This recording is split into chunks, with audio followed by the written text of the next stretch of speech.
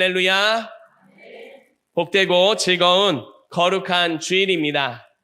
지난 한 주간도 온전한 믿음을 고백하도록 은혜를 주시는 하나님 앞에 믿음을 지키며 힘써 한 주간을 살고 다시 주님의 성전에 나온 성도 여러분 한 분 한 분을 주님의 이름으로 사랑하고 환영하고 축복합니다.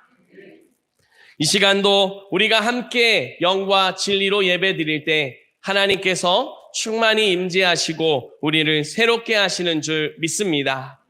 특별히 우리의 마음과 영혼을 새롭게 하셔서 우리의 삶의 자리에 어떠한 상황에서도 주를 바라보는 믿음, 주께서 주시는 평강을 고백하는 샬롬의 은혜가 우리 모두에게 있게 하실 줄 믿습니다. 이 믿음으로 이제 주님 앞에 서는 우리에게 하나님께서 말씀을 주십니다.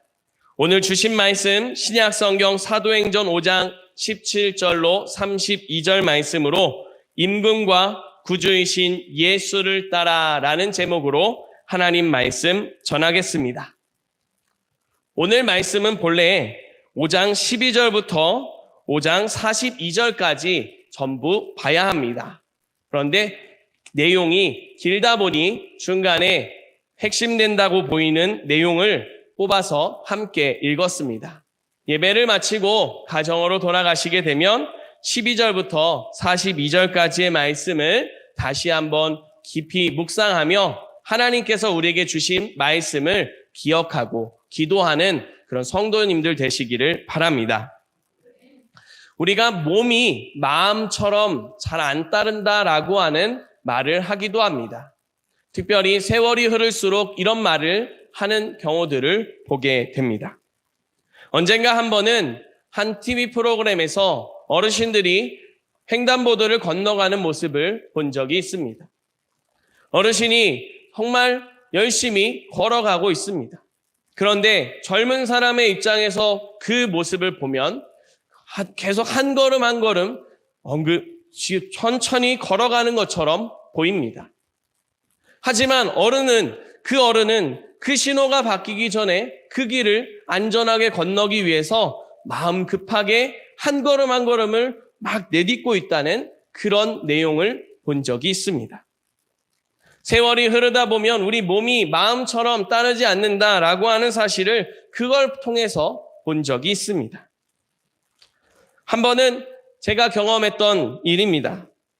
아침에 일찍이 일어나서 테니스 레슨을 받은 적이 있습니다.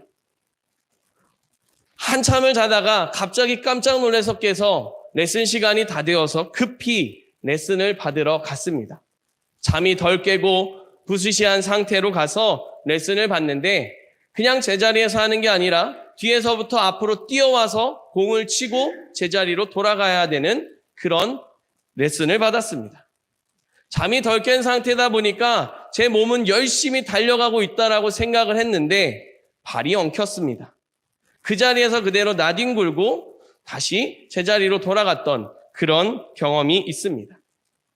마음도 생각도 분명히 이전과 같이 달려가고 있었는데 몸이 마음을 따라가지 못하는 그런 것을 경험했습니다. 이런 상황에서 우리가 무엇을 배워야 될까라고 하는 생각을 해보게 됩니다.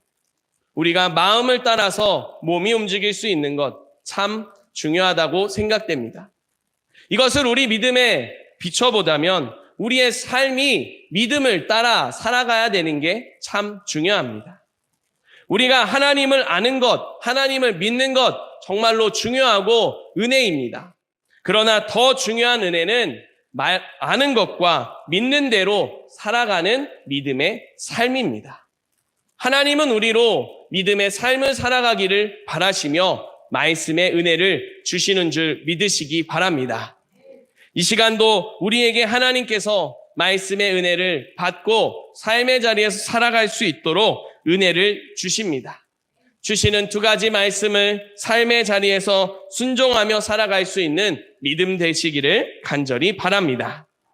첫 번째로 하나님께서 우리에게 주시는 말씀입니다. 하나님은 예수님을 임금과 구주로 고백하게 하십니다. 아멘. 우리 함께 한 목소리로 고백하겠습니다. 하나님은 예수님을 임금과 구주로 고백하게 하십니다. 아멘. 초기 교회 가운데 은혜가 가득한 모습이 계속해서 이어졌습니다. 이 모습을 못마땅해 여긴 악한 영이 틈을 타고자 했습니다. 아나니아와 삽비라가 악한 영의 유혹에 빠져버리게 되었습니다. 그 결과 하나님 앞에 거짓된 모습으로 섰습니다. 하나님께서는 온전한 믿음을 가르쳐 주시고자 우리 편에서는 이해가 되지 않고 너무하다 싶지만 하나님의 엄위하신 심판이 나타나게 되었습니다. 그 같은 하나님의 엄위하신 가르침 앞에 사람들은 더욱 거룩함으로 믿음으로 살기를 힘쓰게 됩니다. 또한 사도들은 가는 곳마다 표적과 기사를 많이 베풀게 됩니다. 표적과 기사는 놀라운 일입니다.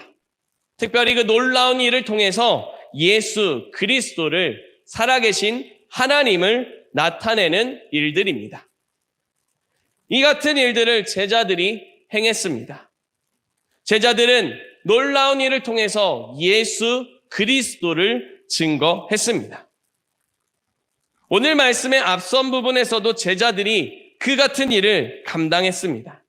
가는 곳마다 예수님이 이들의 삶의 자리에서 보이게 됩니다. 특별히 병든 사람들이 제자들, 많은 표적과 기사를 행하는 제자들을 찾아옵니다. 어떤 사람은 베드로가 지나갈 때 그 그림자가 덮여져서 그래서 나음을 받을 수 있지 않을까라고 하는 기대로 모이는 사람들도 있었습니다. 이렇게 수많은 사람들이 베드로와 사도들 앞에 모여들었습니다. 그리고 하나님은 이 사도들을 통해서 병든 자들을, 귀신 들린 자들을 다 치료하시고 회복하는 은혜를 허락해 주셨습니다. 우리는 여기에서 교회의 모습을 보게 됩니다. 월터 브루그만이라고 하는 신학자가 사순절 묵상집을 쓴 게 있습니다. 그 내용 가운데 교회에 대해 이렇게 설명합니다. 교회는 경건하고 낭만적인 종교 집단으로 부름받은 것이 아닙니다. 예수님의 가르침을 실행하여 예수님의 이야기를 현실에 구현해내는 일에 부름을 받았습니다. 라고 말합니다. 한마디로 정리하자면 교회는 예수 그리스도를 보여주는 그 일을 위해 부름받았습니다. 초기 교회뿐만이 아닙니다. 이 시대를 살아가는 교회들도 마찬가지입니다. 그런데 우리가 한 가지 분명히 기억해야 하는 것은 교회는 건물이 아니라는 겁니다. 믿음의 공동체가 바로 교회입니다. 또한 믿음의 공동체에 속해 있는 우리 한 사람 한 사람, 믿음의 한 사람 한 사람이 바로 교회임을 기억하시기 바랍니다. 하나님이 우리를 교회로 부르셨습니다. 우리를 통해 가정과 삶의 자리에 예수 그리스도를 증거할 수 있도록, 예수 그리스도가 지금도 살아서 역사하고 계심을 보여줄 수 있도록 우리를 부르시고 택하셨습니다. 이 같은 부르심을 감당하는 귀한 믿음이 될 수 있기를 간절히 바랍니다. 사도들은 이 같은 일을 감당해내게 됩니다. 성전에서 예수 그리스도를 증거했습니다. 이 모습을, 예수 그리스도를 증거하는 모습을 생명의 말씀을 다 전했다라고 표현하고 있습니다. 생명의 말씀이라고 하는 이유는 생명을 얻기 때문입니다. 하나님은 우리가 생명을 얻기를 원하십니다. 육신의 생명뿐만이 아니라 우리의 영혼의 생명을 받기를 원하십니다. 이 뜻을 위해서 하나님은 예수님을 이 땅에 보내주셨습니다. 보냄받은 예수님께서 우리의 모든 죄를 십자가에서 담당해 주셨습니다. 그렇게 죽으신 예수님을 하나님께서 다시 살리셨습니다. 하나님은 예수님께서 다시 살아나신 것처럼 우리가 모든 죄와 사망의 권세로부터 구원받고 살아나기를 원하십니다. 이 같은 은혜를 우리 모든 믿는 자들에게, 특별히 예수 그리스도를 믿는 자들에게 허락해 주시는 줄 믿으시기 바랍니다. 중요한 사실은 예수님을 믿을 때 어떻게 무엇을 믿는지 우리가 그것을 기억해야 합니다. 31절 말씀입니다. 31절 말씀을 함께 한 목소리로 다시 한번 읽겠습니다. 이스라엘에게 회개함과 죄사함을 주시려고 그를 오른손으로 높이사 임금과 구주로 삼으셨느니라. 아멘. 우리는 예수님을 고백할 때, 믿을 때 먼저 회개해야 합니다. 우리가 죄인임을 인정하고 하나님의 말씀대로 살지 못한 모습을 회개해야 합니다. 말씀대로 살아가지 못한 모습, 하나님을 온전히 믿지 못한 모습 등 우리의 죄악된 모든 행실을 주님 앞에 회개해야 합니다. 우리가 그렇게 회개할 때 하나님은 우리의 죄를 용서해 주십니다. 요한일서 1장 9절 말씀에 보면 만일 우리가 우리 죄를 자백하면 그는 미쁘시고 의로우사 우리 죄를 사하시며 우리를 모든 불의에서 깨끗하게 하신다라고 말씀하고 있습니다. 하나님은 말씀하신 대로 정직하게 또 진실하게 하나님 앞에 회개하는 자의 죄를 용서해 주십니다. 이 같은 은혜를 고백하는 사람, 그 사람은 예수님을 구주로 고백합니다. 그런데 오늘 말씀에서 분명히 말씀합니다. 예수님을 임금과 구주로 삼으셨습니다. 우리가 예수님을 믿는데 예수님을 구원자로, 구주로 고백하는 것으로 맞춰서는 안 됩니다. 예수님을 믿고 죄사함을 받은 사람은 예수님을 임금으로, 왕으로 고백해야 합니다. 예수님이 내 삶의 주관자시고 예수님이 내 삶의 인도자가 되심을 믿고 그 걸음을 따라 살아가는 믿음이 돼야 함을 가르쳐주고 있습니다. 사도들은 예수 그리스도의 생명의 말씀을 전했습니다. 이들은 임금과 구주가 되시는 예수님을 따라 살았습니다. 그런 사도들을 통해서 하나님은 예수 그리스도가 더 전파되게 하셨습니다. 이 시대를 살아가는 우리에게도 하나님께서는 이 같은 은혜를 주고 계심을 믿으시기 바랍니다. 사랑하는 성도 여러분, 우리 죄를 용서해 주시고 우리를 구원해 주신 예수님을 믿습니다. 또한 우리 구원하신 예수님이 우리 삶의 임금이요 왕이 되심을 믿고 살아가는 거룩한 걸음 되시기를 바랍니다. 그런 예수님을 믿음으로, 임금으로, 또한 구주로 고백하고 살아가는 우리의 삶을 통해 하나님께서 하나님 나라를 이루실 줄 믿습니다. 두 번째로 하나님께서 우리에게 주시는 말씀입니다. 감정이 아니라 감동을 따라 살아갑시다. 다시 한번 우리가 함께 한 목소리로 고백하겠습니다. 감정이 아니라 감동을 따라 살아갑시다. 아멘. 여기에서 감동이라고 하는 것은 성령의 감동입니다. 하나님은 우리가 감정이 아니라, 인간적인 감정이 아니라 성령의 감동을 따라 살아가기를 원하십니다. 오늘 말씀에 사도들이 생명의 말씀을 전파했습니다. 임금과 구주가 되시는 예수님을 증거했습니다. 사람마다, 듣는 사람마다 믿음을 고백하며 예수님을 나의 주로, 나의 왕으로 고백하는 은혜가, 역사가 일어났습니다. 이 같은 소식이 산헤드린 사람들에게 전해졌습니다. 이미 앞서서 산헤드린 공회의 사람들은 베드로와 요한을 붙잡아다가 위협한 적이 있습니다. 너희가 다시는 예수의 이름으로 말하지도 말고 다시는 예수의 이름을 통해서 능력을 나타내지도 말아라고 위협을 받았습니다. 그렇게 위협을 받은 제자들인데 또 다시 그렇게 복음을 증거하고 있다는 소식에 이 사도들을 붙잡아다가 감옥에 가두게 됩니다. 그리고 재판을 위해서 하루를 기다렸습니다. 그런데 하나님의 놀라운 역사로 사도들이 옥에서 풀려 나오게 되었습니다. 사람들이 지키지 않은 게 아닙니다. 이들을 붙잡지 않은 게 아닙니다. 지키고 있었고 이들을 굳게 바라보고 있었습니다. 그러나 하나님의 능력이, 하나님의 역사가 이들을 자유하게 풀어내주셨습니다. 나아가 그렇게 풀려난 제자들을 통해, 사도들을 통해 하나님은 생명의 말씀이 선포되게 하셨습니다.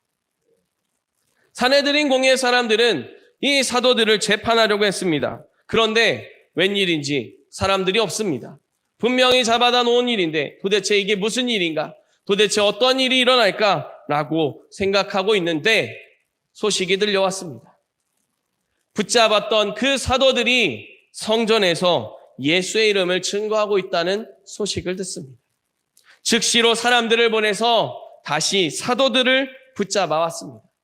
그런데 이번에는 강제로 할 수가 없었습니다. 사람들이 있었기 때문입니다. 그런데 사도들은 자기들의 발로 자진해서 자기들을 붙잡힌 바 되게 됩니다. 여기서도 예수님의 모습이 보입니다. 예수님을 붙잡으러 오는 사람들에게 자기를 내어주셨습니다.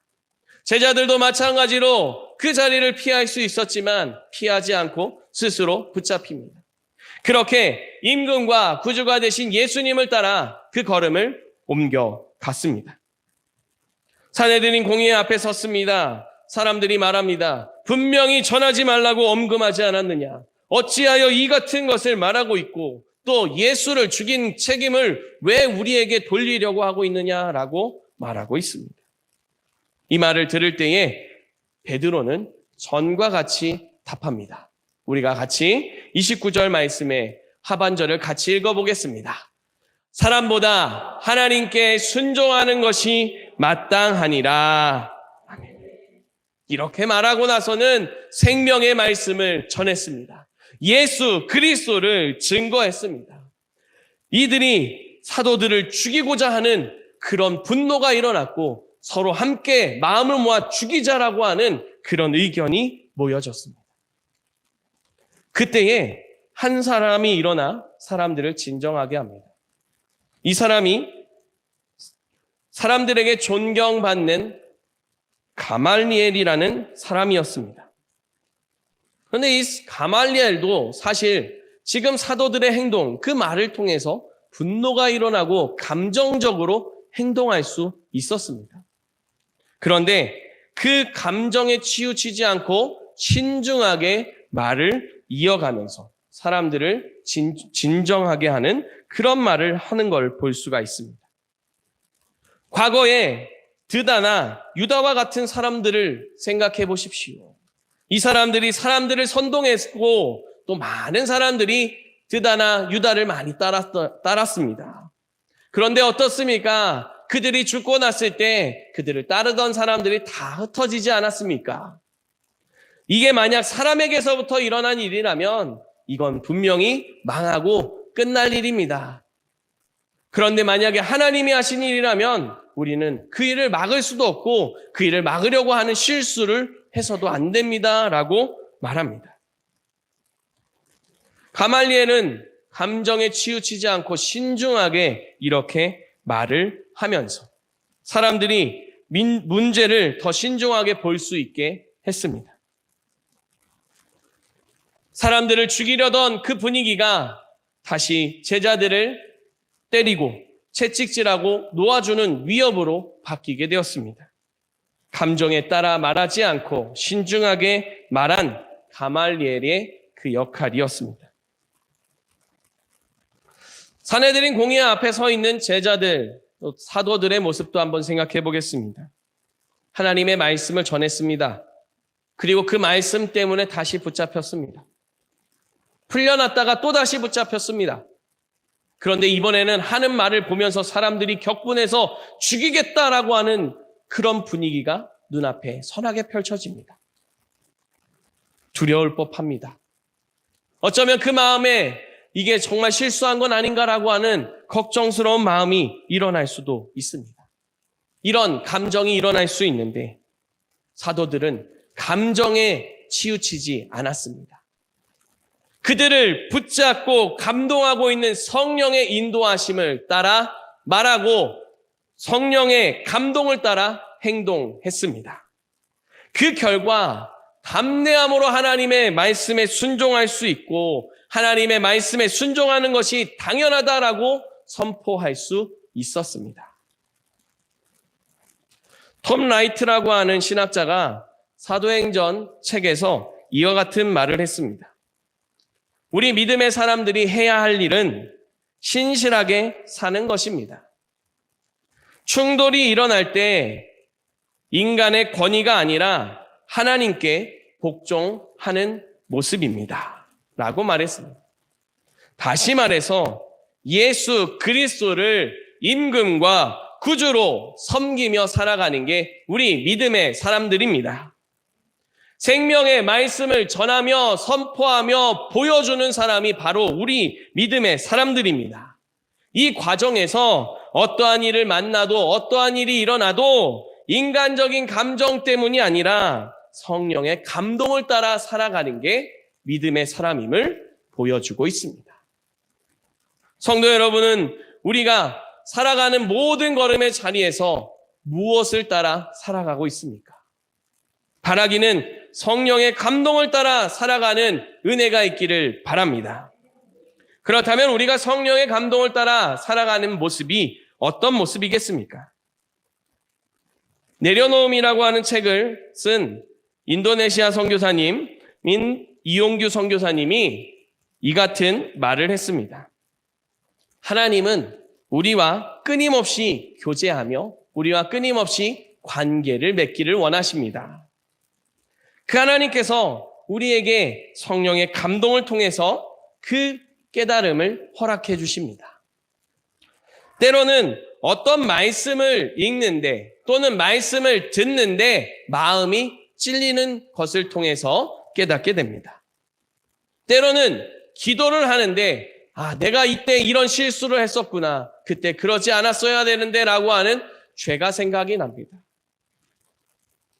때로는 말씀을 듣는데 말씀이 갑자기 확 와닿는 그런 역사도 일어나기도 합니다. 평소에 잘 알고 있던 말씀인데 새삼 새롭게 보이고 새삼 나를 향한 하나님의 음성처럼 느껴지는 그런 경험도 있습니다. 이 많은 경우들이 이 밖에도 더 많은 경우들이 있는데 대부분 어떻게 사람들을 감동합니까? 마음에서 오는 감동을 통해 마음에서 오는 그 깨달음을 통해 하나님의 그 은혜를 붙잡게 합니다.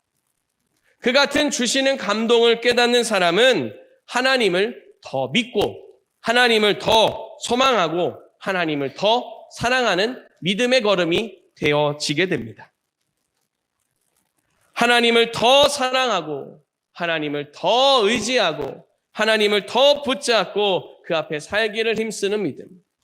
그 같은 믿음으로 이끌어가는 성령의 감동을 우리에게 주고 있는 성령님을 믿으시기 바랍니다. 사랑하는 성도 여러분, 이 한 주간 예수 그리스도를 우리의 임금으로 구주로 고백하며 예수님의 그 걸음을 따라 살아가는 믿음 되기를 바랍니다.